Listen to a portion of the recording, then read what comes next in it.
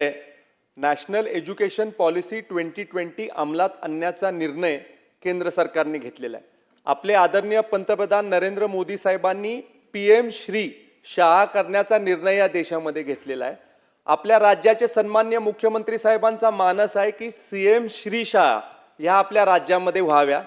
माझा आदरणीय पंकजदादांना एक स्पेसिफिक प्रश्न आहे की CM श्री शाळा करण्याच्या बाबतीमधला आत्ताचा शासनाचा स्टेटस काय आहे, आणि एक विनंती आहे आदरणीय मंत्री महोदय की CM श्री शाळा करताना माझ्या तालुक्याचा प्राधान्याने आपण विचार करावा।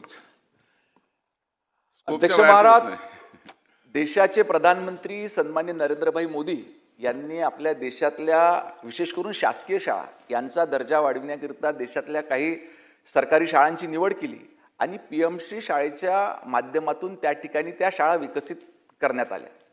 नंतर राज्यामध्ये देखील राज्याचे मुख्यमंत्री सन्माननीय देवेंद्र फडणवीस साहेबांनी पुढाकार घेतला आणि राज्यातल्या सरकारी शासकीय शाळांचा देखील दर्जा त्या ठिकाणी वाढला पाहिजे याच्याकरता PM श्री योजनेच्या धर्तीवरच CM श्री शाळा योजना ही राज्यामध्ये त्या ठिकाणी सुरू करण्यात आली।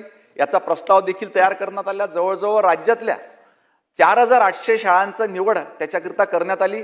हा प्रस्ताव शालेय शिक्षण विभागाच्या वतीने वित्त विभागाला त्या ठिकाणी सादर करण्यात आलेला आहे। वित्त विभागाची मान्यता मिळाल्यानंतर लगेचच ह्या CM श्री शाळा राज्यामध्ये विकसित करण्यात येईल।